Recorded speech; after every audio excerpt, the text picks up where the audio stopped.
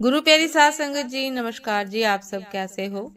आशा करती हूँ बाबा जी के श्री चरणों में अरदास करती हूँ कि मालिक की कृपा से, निरंकार दातार की मेहरबानी से आप सब बहुत खुश होंगे, मौज बहार में होंगे और अवश्य ही भजन सिमरन में होंगे। साध संगत जी, मैं हाजिर हूँ आज आप सभी से एक बहुत ही खूबसूरत साखी साझा करने के लिए, एक शिक्षा पर साखी। उम्मीद करती हूँ ये साखी आप सभी को बहुत पसंद आएगी और अवश्य ही जीवन में कुछ न कुछ सीखने को मिलेगा। तो साथ संगत जी, चलिए आइए समय न गवाते हुए साखी को आप सभी से साझा करते हैं जी। साथ संगत जी, प्राचीन काल की बात है। किसी गांव में चंद्रभूषण नाम का एक विद्वान पंडित रहता था।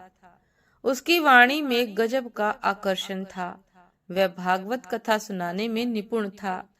उसकी वाणी से कथा का सार सुनकर लोग मुग्ध हो जाते थे। इसलिए उसके यहाँ पर रोज कथा सुनने वालों की भीड़ लगी रहती थी। दूर दूर से लोग चंद्रभूषण से भागवत कथा सुनने आते थे। साथ संगत जी, उसी गांव में एक दूसरे पंडित जी भी रहते थे। नाम था नबियार। पढ़े लिखे तो बहुत थे, पर थे बहुत घमंडी और क्रोधी। स्वयं को बहुत बड़ा विद्वान समझा करते थे।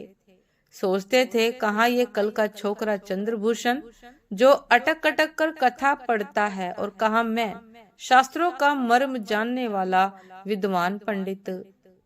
किंतु जब भी नंबियार चंद्रभूषण के घर के सामने से गुजरते, उसके श्रोताओं की भीड़ देखकर उसका मन ईर्ष्या से भर उठता।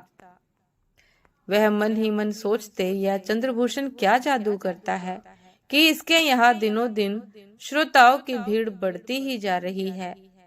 ऐसे तो मेरी नाक नीची हो जाएगी, मुझे कुछ करना चाहिए। और साथ संगत जी, एक दिन की बात है। नबियार थके हारे घर लौटे। भूख भी जोरों की लगी थी, लेकिन घर आकर देखा तो उसकी पत्नी दिखाई न दी। एक दो बार आवाज भी लगाई, मगर चुप्पी छाई रही। अचानक नबियार का मन आशंका से भर उठा।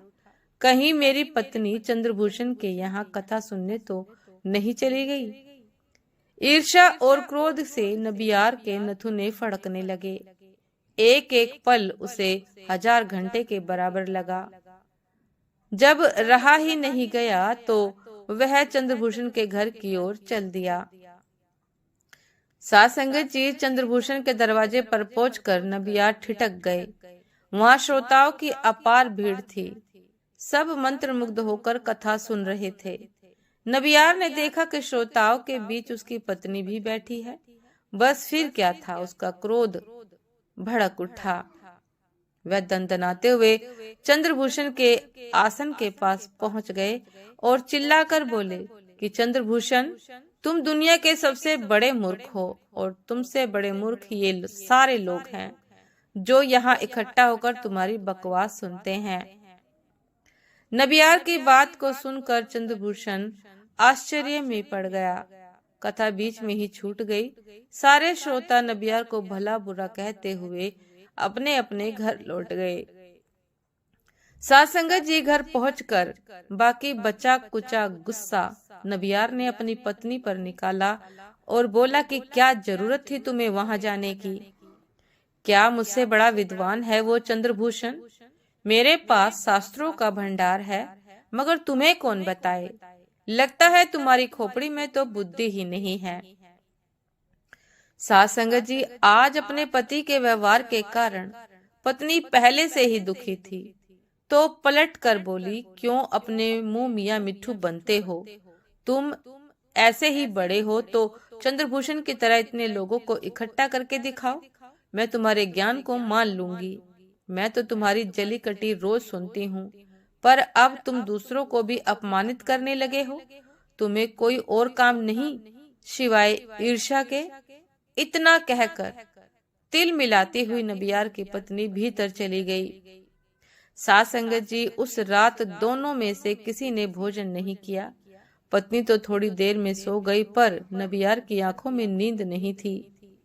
शाम की सारी घटना जैसे उनकी आंखों में तैर रही थी।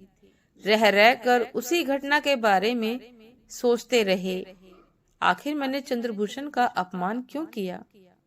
वह जितना सोचते उनकी बेचैनी उतनी ही बढ़ती जाती। बाहर काफी सर्दी थी, मगर गला सूखने के कारण वह बार बार पानी पी रहे थे। यही बात सोचते सोचते नबियार का सारा गुस्सा पश्चाताप में बदल गया। ओहो, यह मैंने क्या किया? मेरे मन में भगवान की भक्ति के नाम पर इतना द्वेष, इतना क्रोध, और चंद्रभूषण के स्वभाव में इतनी विनम्रता। इतना अपमान सहने के बाद भी वह एक शब्द न बोला। जैसे ही भोर का तारा दिखा, नबियार ने पश्चाताप प्रकट करने हेतु चंद्रभूषण के घर जाने के लिए दरवाजा खोला। उन्होंने देखा चौखट के पास कोई आदमी कंबल ओढ़े बैठा है। वह जाड़े में सिक उड़ रहा था। जैसे ही नबियार ने कदम आगे बढ़ाया, वह उनके पैर छूने के लिए आगे बढ़ा। यह क्या करते हो? कौन हो तुम? कहते हुए नबियार ने पीछे पैर किया। नबियार पीछे हट गए। उस व्यक्ति को ध्यान से देखा। सामने हाथ जोड़े खड़ा व्यक्ति और कोई नहीं था, कथावाचक चंद्रभूषण ही था। साथ संगत जी, जब तक नबियार कुछ कहते, चंद्रभूषण बोल उठा, आपने अच्छा ही किया जो मेरा दोष मुझे बता दिया, लेकिन लगता है आप मुझसे अभी तक नाराज है। मैं रात भर यहाँ बैठकर आपका इंतजार करता रहा। शायद आप बाहर आए और मैं आपसे क्षमा मांगू।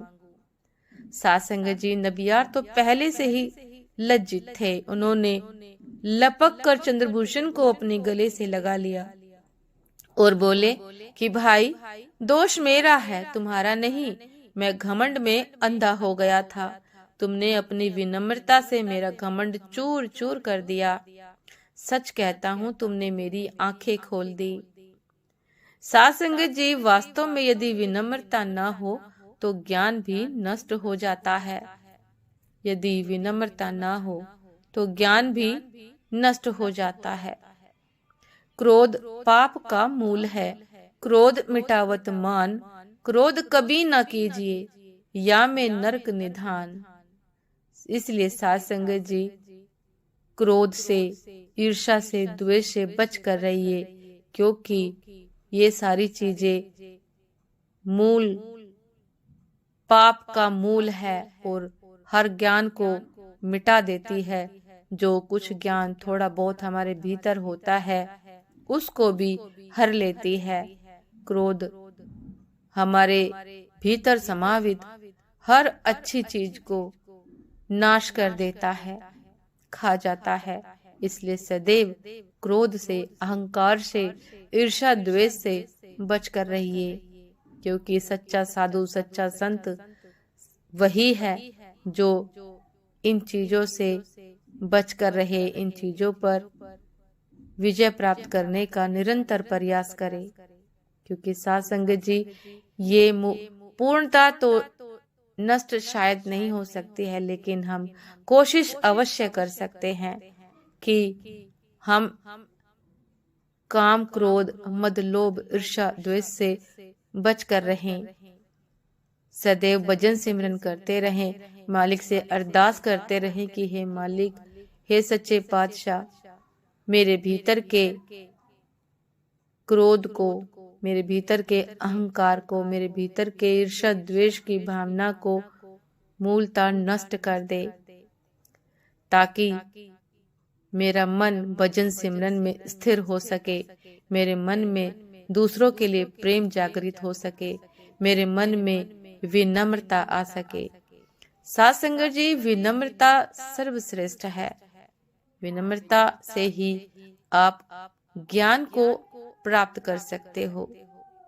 विनम्रता से ही आप हर जगह सम्मान पा सकते हो, क्योंकि साथ संगत जी, जो झुकता है सो उतना ही ऊपर उठता है, जो नीवा सो जीवा। साथ संगत जी, ये थी आज की एक बहुत ही खूबसूरत साखी। उम्मीद करती हूँ ये साखी आप सभी को बहुत पसंद आई होगी। यदि पसंद आए साथ संगत जी, तो लाइक, कमेंट, शेयर करना ना भूलिएगा। चैनल पर जो भी नए हैं, कृपा करके सब्सक्राइब कर लीजिएगा, ताकि चैनल पर मिलने वाली सभी शब्द साखियों की अपडेट आप सभी को समय पर मिलती रहे। साथ संगत जी, आप हमें इंस्टाग्राम पर भी फॉलो कर सकते हैं। इंस्टाग्राम का लिंक डिस्क्रिप्शन बॉक्स में दिया गया है। तो साथ संगत जी, दासी को भी आज्ञा दीजिए। आपसे फिर मुलाकात होती है एक नए शब्द साखी के साथ, एक नई प्रेरणादायक विचार के साथ। तब तक के लिए नमस्कार जी। सदा खुश रहिए, मुस्कुराते रहिए, भजन सिमरन अवश्य करते रहिए। नमस्कार जी।